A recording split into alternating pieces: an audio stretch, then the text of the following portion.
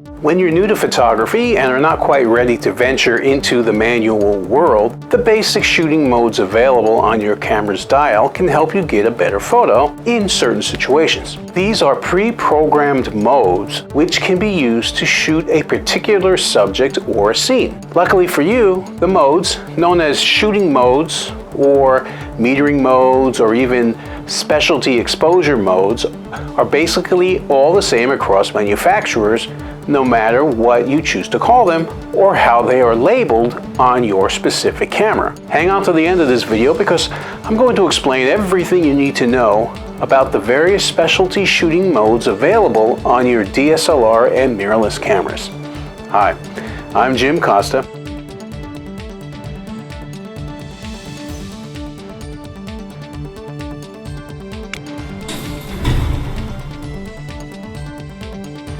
I'm a full-time working photographer, video producer, video editor, and technology pro. I want to get going on the topic quickly, but do stick around to the end of this video because I'll tell you about some freebies and training courses I offer to improve your photography, video production, and filmmaking and help grow your business through earned media exposure. If you like what you see, smash that subscribe button and hit that bell to be notified every time I upload a new video each and every Wednesday.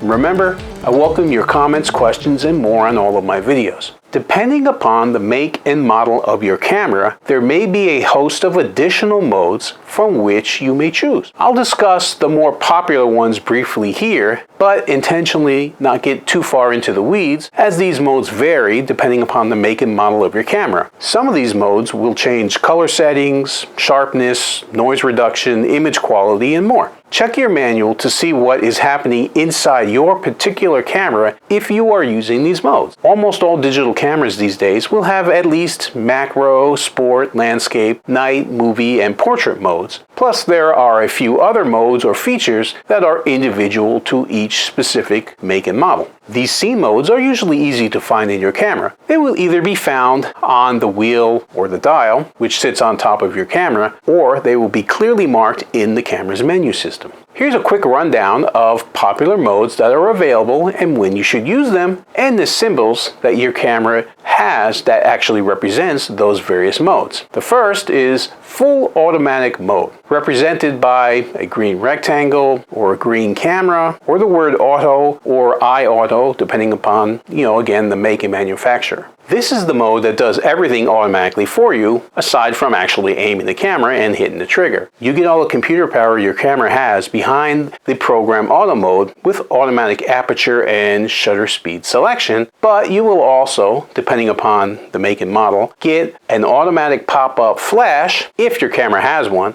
automatic selection of the ISO settings, automatic white balance, and more. If you do not want to think of anything beyond where you are pointing your camera and your composition, then this is the mode for you. Flash on off / auto flash mode, which is usually represented by some sort of a bent arrow symbol. This is the same as full automatic mode, but the flash is disabled, so it will not fire in an environment where you would not want to pop off a flash, such as a museum or a light sensitive setting or a church or something like that. Also, depending upon the image, you simply might not want to have the stark lighting effect that a flash may produce because it can produce some shadows. Portrait mode, which is usually represented by a face. Portrait mode's obviously for shooting portraits, and it tells your camera you're photographing a subject where you want the background to be blurred so all attention actually falls on the subject. By selecting this mode, your camera picks a larger aperture, which is a smaller f number, to throw the background out of focus. This is similar to selecting aperture priority and opening your aperture to get shallower depth of field. However, depending upon the camera, it may also enhance skin tones and soften skin texture automatically. Night portrait mode, which is usually represented by a person with a moon above them. This mode should fire off the flash while keeping a slower shutter speed that allows background lighting to remain in the scene. Sports mode, which is usually represented by someone running. Sports modes crank up your shutter speed in an attempt to freeze the action. Usually it will disable the flash as well. It's designed to be used with moving subjects, so try it out when you're at a football game or capturing cars on a go-kart track or any other fast-moving object. Macro mode, which is represented by a large flower. For close-up photography, the camera will either open the aperture to give the image very shallow depth of field or narrow the aperture for the opposite effect. Check your manual to see exactly what your camera does and when you should select this mode. You'll use it when shooting insects, flowers, coins, or other small objects close up. Different cameras will have a different macro focusing distance, but all of them do let your camera know you'll be shooting something that's fairly close to your lens. With a narrow depth of field, a tripod will be a big help when working in this mode, as the tiniest of movements will cause your shot to go out of focus. Beach or snow mode, these are usually found in the menu if your camera has these modes. Beach scene shooting mode is, as the name suggests, a mode to use when you're shooting pictures at the beach. Sand reflects a lot of light and fools cameras into underexposing the images you shoot, so the shot comes out much too dark. When sand is recorded dark, it looks muddy and not the lovely golden yellow, depending upon the time of day and the weather conditions. The beach scene mode increases the exposure slightly to compensate, but also adjusts the white balance to make the sand look more natural. This mode is sometimes combined with a snow scene mode, which causes similar exposure problems for the camera because snow is very reflective and your camera might meter on the snow and underexpose the image. It's great for quick snaps on the beach when you're out on day trips with the family or on vacation with them skiing somewhere. Landscape mode. This is usually represented by mountains with something in the sky above it, such as a cloud or the sun. This mode generally maximizes your depth of field, so it may even make the scene's colors more vibrant. The mode tells the camera you want front-to-back sharpness, so it will select a smaller aperture, which is a large f number, to give you this effect. This mode sometimes boosts the greens in an image, as you'll tend to be shooting scenes that have more of this shade in it because you're in a forest scene or shooting mountains with trees with this specific mode. Be careful if it's a little dull though, as the camera may use a slower shutter speed due to the smaller aperture size, which can result in shake if you're not using a tripod. Movie mode. This setting varies a lot from camera to camera, but it usually involves a combination of buttons on the camera and or menu settings. And it's very simply, the mode lets you shoot short videos with sound if your camera has a microphone built into it. There are other modes that are available on some cameras, but not all cameras will have these, so check your manual. Panoramic mode. This is another one where you want to consult your manual for this mode, as it often involves changing settings in the menus to set it up properly. It allows you to create widescreen shots by simply choosing the panorama mode while moving the camera in the direction that you want. Kids or pets mode. This is usually represented by a baby on most cameras. This is similar to the action or sports mode, as it is designed to help you capture fast-moving objects by quickening the shutter speed. Fireworks mode, which is usually represented by a person with a star over their head. Obviously, this is for photographing fireworks, but it can also be used for low lighting situations as well. Sunset mode can be found in the menu if your camera has it. It's designed to help you capture the colors of a sunset in all its glory with all the orange and yellow hues of golden hour. Dawn mode.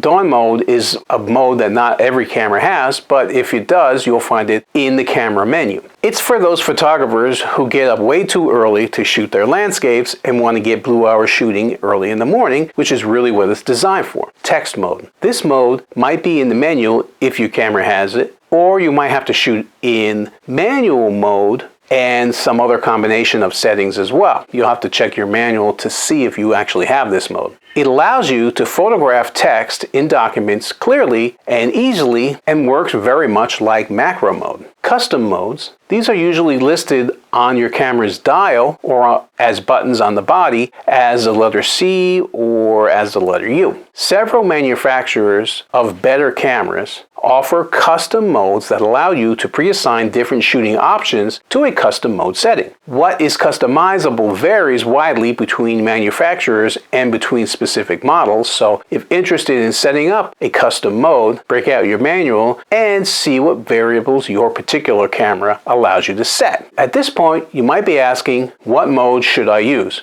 As a photographer, you can choose when to use these modes. Many purists and pros frown on using automatic modes, but if you and your camera are combining to get the images you love, then keep shooting whatever mode works for you. Don't be afraid to change modes while shooting to see if one works better for you than the other. This is a gray area in which to experiment. No single mode will work for every photographic situation, so do not be afraid to change modes when you need to. You might be wondering if I use any of these modes, and if so, which ones? The one I use the most is definitely sports mode, because I do shoot a lot of sports photography outside, and it's really handy to shoot off 6 or 7 or 8 shots at a time to get the perfect image. If this is making sense to you, but I've got it in the comments section below.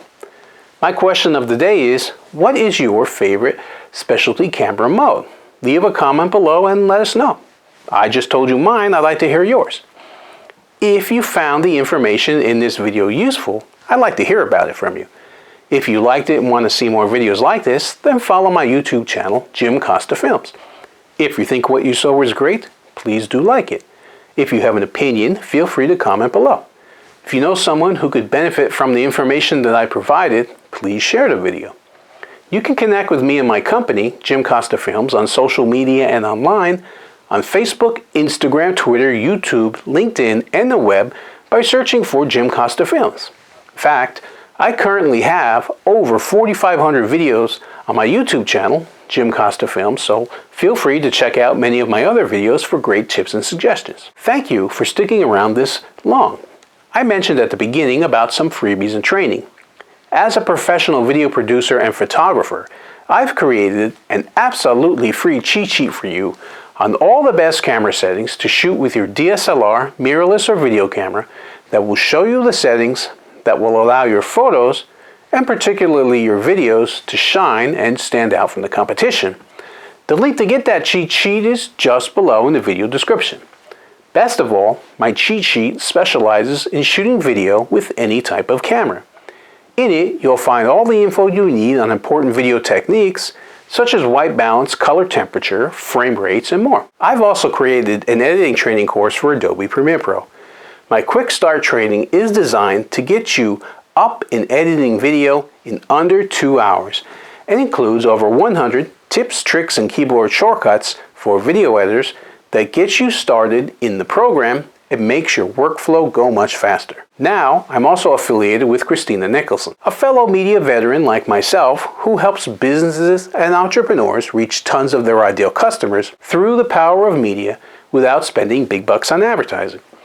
I've worked with Christina and used her advice and training successfully, so I know from first-hand experience that it works great. The program Christina and I are now offering is called the Media Mentoring Program, and it will help you to take advantage of mainstream media so you can stand out from the competition, because that's not something everyone has access to. Best of all, unlike paid ads and sponsorships, you can gain lots of exposure and credibility to become the go-to brand everyone talks about and wants to do business with without spending a fortune on advertising, because the program is designed to get you free advertising for your business. I'll link to those cheat sheets and training courses in the description below as well. There's videos on both courses that will give you an overview of how they can help you and links to get more information. You can help to support my channel by purchasing my training courses, requesting my free downloads, or by hiring me to shoot and edit for you. Remember, I've also done other videos on filmmaking, video production, and even other shooting modes on your cameras, including aperture priority, shutter priority, bulb mode, program mode, and many more, and I'll link to those in the description below. Finally, if you follow me for a while now, you know that I have a private community of photographers, videographers, and filmmakers just like you on Facebook, where I share other pro tips and tricks. It's called Video Producers and Content Creators. I love new members who want to share their work, learn from others, and also help others based on their own skills and experiences. The group is private and only for people in the filmmaking, video production, and photography industries that I personally work in. It's not a public group like my business Facebook page that I talked about earlier. That's public and anyone can see that. You'll find a link to that group in the description below as well. So feel free to join it where you can learn even more.